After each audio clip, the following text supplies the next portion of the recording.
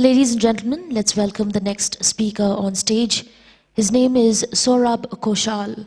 Well, Sourabh Kaushal is an electronics and communication engineer, space explorer, and INK fellow in association with TED. Having passed out from the prestigious Kurukshetra University, he is currently doing his research on space debris mitigation. He is so passionate about space, science, and technology that at the age of 18, he wrote his first research paper, which gave him an international award. His various research papers has been published in various national and international journals and was even selected in more than 25 international and national conferences organized by NASA, ISRO, JAXA, ESA, to name a few. He is also the recipient of runner-up Jerome Pearson Award 2010 by International Space Elevator Consortium, USA, and Dr. Kalpana Chawla Young Scientist Award 2012. He also received Young Innovator Award in the year 2013 by Indira International Innovation Summit 2013 and Youth Revolutionary Award 2013. In addition, he is also the finalist of MIT Technology Review India 35 Young Innovator Award and nominated for Jerome Lederer Space Safety Pioneer Award 2012-2013 for his innovative research work. Ladies and gentlemen, please put your hands together for Mr. Sourabh Kaushal. Hello. Yeah. Hi, good afternoon, everybody. Today I'm going to talk about something related to space science and technology. Every day we are hearing about a lot of stuff related to space science like satellites, International Space Station, astronaut, PSLV, GSLVs, and Mars mission, lunar mission, a lot of stuff related to space. Space is full of curiosity, fascinating things. So I'll take you all into space for next couple minutes, and so fasten your seat belts and get ready for liftoff. And I'm sure that we definitely come back on Earth in this mission. So let's start my journey, the journey of a space explorer. This is my journey. My journey is filled with lots of ups and downs, failure, struggle, and ultimately success. I personally believe that failure and struggle are one of the most beautiful words ever, because, you know, all these two words really changed my life. Failure inspire me, motivate me to do something different for the development of society, humanity, and nation. I failed many times in my life. When I was in class 12th, I appeared for the IIT examination, Indian Institute of Technology, one of the most prominent institute of India, and it's everyone's dream to become the IITian one day. But I was not able to qualify for the IIT examination, and my dream of becoming the space engineer was lost at that time. And when I was in the engineering in 2012, in the third year of my engineering, I proposed one girl, and she said, "Sorry, Saurabh," she rejected me, and again I failed in the class of love. So, and after that in 2013, I gave the GATE examination. I secured some negative marks in that GATE examination, and again I failed. But it doesn't matter, I'm totally a failure person, but I succeed a lot in my life.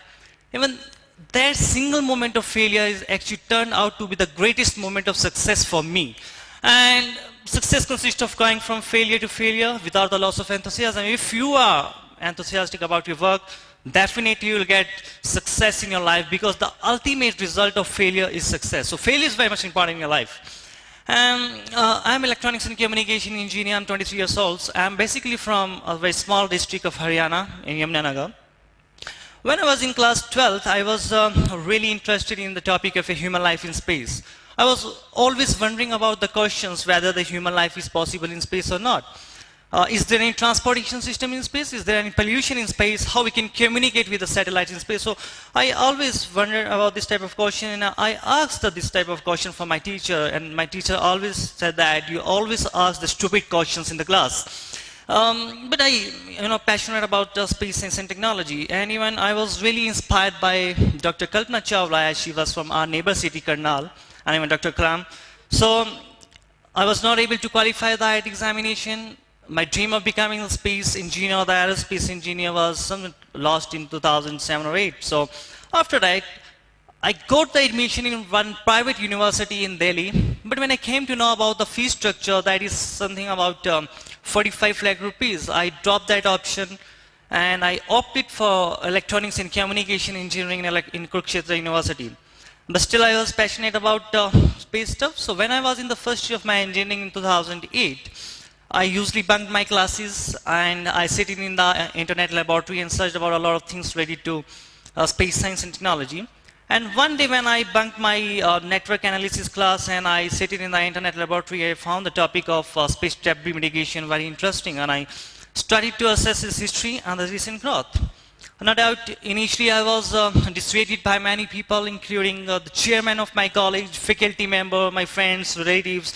Even one day chairman said that you opted for the electronics and communication engineering, now you are doing your research in the field of space science.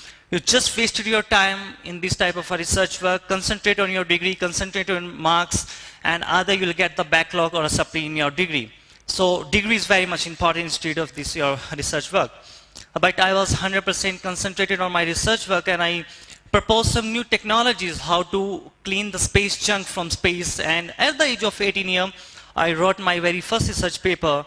Even at that time, I was not able to know how to write the research paper, what is the IEEE manuscript, and how we can write the paper and all this stuff. But I wrote the research paper and I submitted to International Space Elevator Consortium in United States in association with the Microsoft and NASA. And I was just hoping for the best because that was my very first research paper. And after 6 months, when the result came out, my very first research paper stood the runner-up Jerome Pearson an Astronaut Award by ISEC in association with the Microsoft and NASA. So that was, the starting of my journey, because that particular award really boosted my morale to a great extent. And after that, I did a lot of research work in the field of space science, and I proposed some new technologies to clean up the space junk. Even after that, likewise, I'm not becoming the aerospace engineer, but today I'm something space debris cleaner, or likewise, I'm doing a research work on this field. So I would like to show you one video. What exactly is this space junk? Can you have video? Yeah. 6, 5, 4, 3, 2, 1.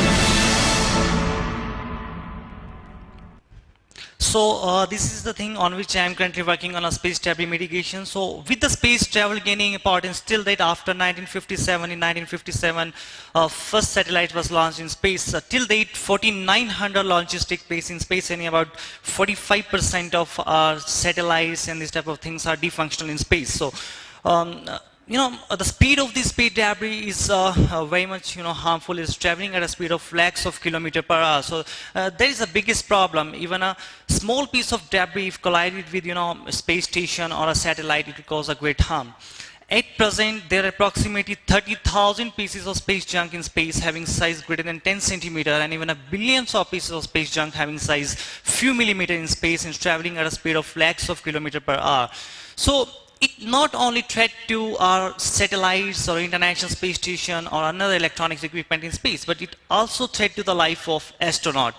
And I personally believe that the life of any human being is very, very much costly as compared to your robot or electronic stuff in space. So for that purpose, I propose some new technologies, how we can, clean space junk from space. So this video show you how this space junk is threat to the life of astronaut in space.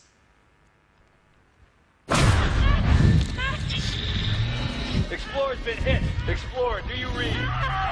Explorer, over. Explorer. Astronaut is off structure. Dr. Stone is off structure. Dr. Stone, detach. You must detach. You don't detach, that arm's going to carry you too far. Listen to my voice. You need to focus. I'm losing visual of you. In 3 seconds, I won't be able to track you. You need to detach. I can't see you anymore. Do it now.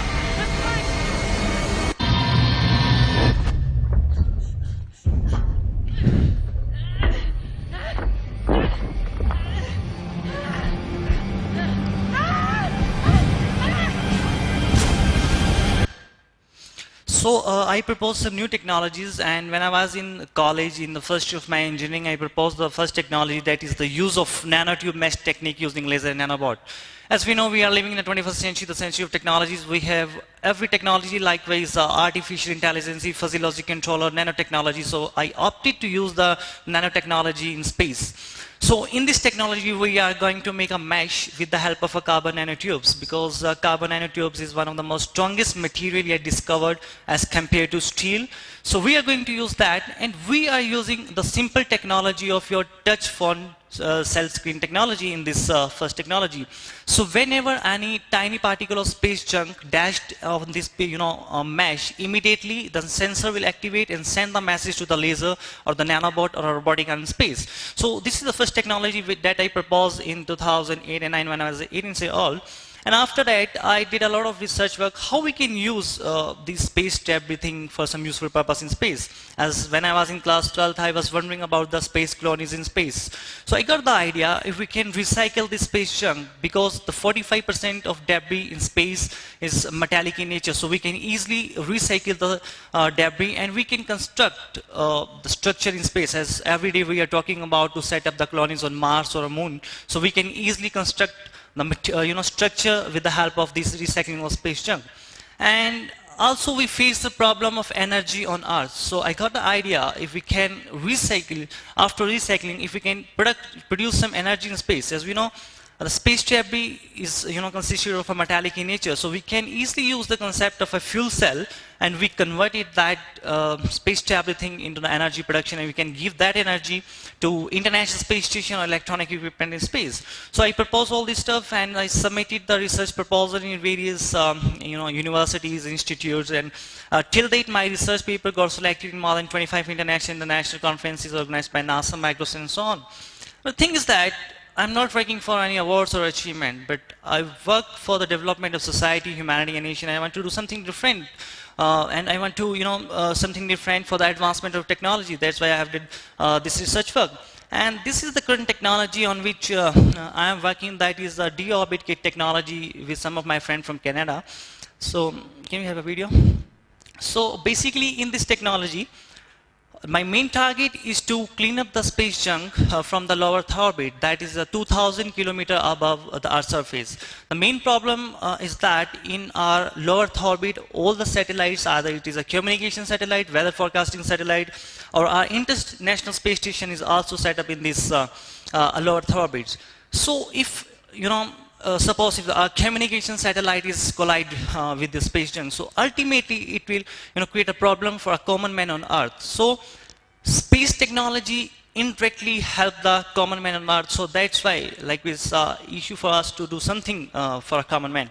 So in this technology, we are going to make a deorbit kit.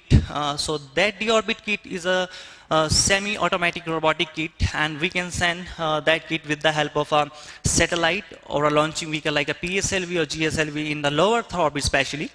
And after that, we can detect the defunctional satellite. That is 45% of that defunctional satellite in the Earth orbit with the help of some photonic cameras or a Hubble telescope.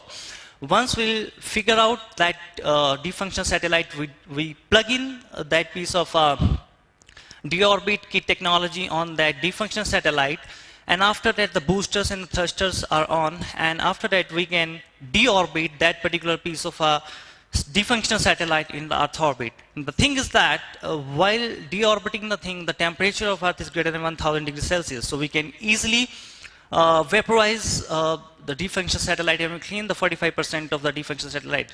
And the main advantage of this technology is that within one mission we can deorbit the 100 defunctional satellite from space. So that's why this technology is very much feasible, and still we are in the prototype stage of this technology, and hope in the coming years we'll implement this technology with some space agencies. And after that, here's another project on which I'm working, dream to go into space one day. Is everyone dream to go into space one day? When it's my dream to go into space one day. So we are also looking for some one of the most cheapest mean of transportation system. So I'm working on this technology that is a space elevator system. So I'd like to show you the video first.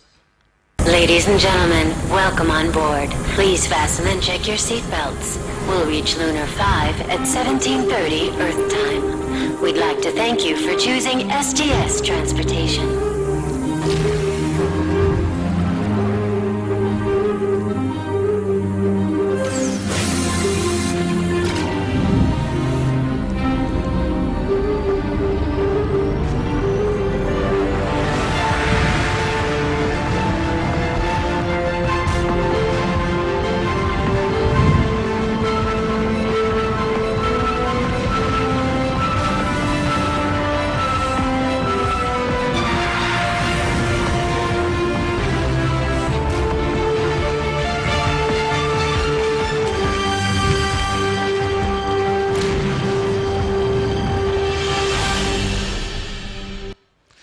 So this is technology on which currently I am working, and in this technology also we are going to use the carbon nanotubes, and the technology behind this is the maglev train concept, or railgun coupled levitation, or maglev train concept.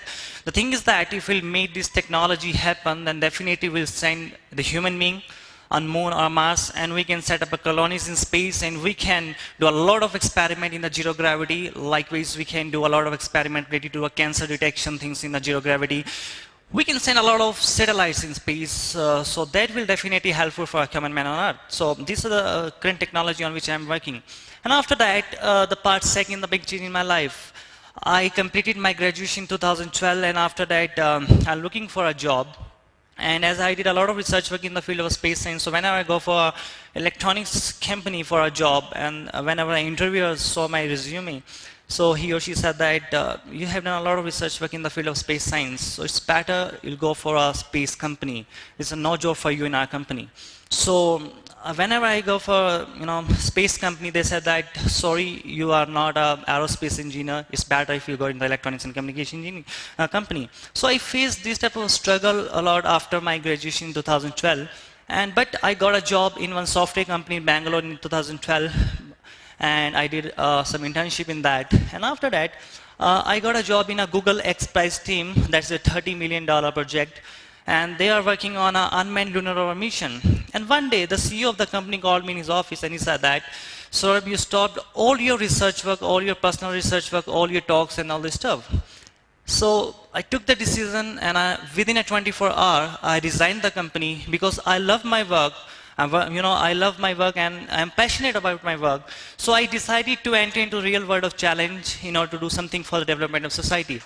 And I come up with India's first space startup, and the main, this is a small story behind it, why I started this startup. The thing is that I'm an engineer. I'm here talking about only engineers. Every year we produce near about 9 lakh engineers. I'm only talking about engineers.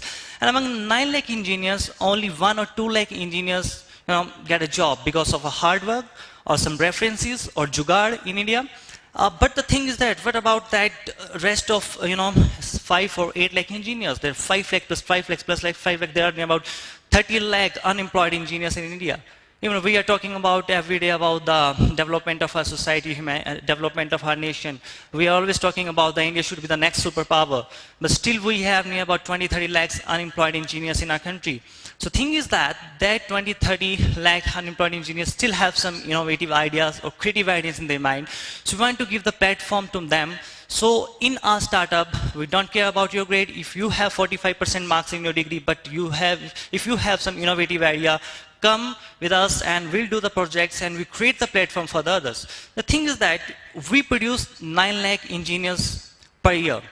And China produced 2.5 lakh engineers per year, but in terms of research, innovation and patent, China's rating is 11% and our rating is 3%, even still we are producing the 9 lakh engineer.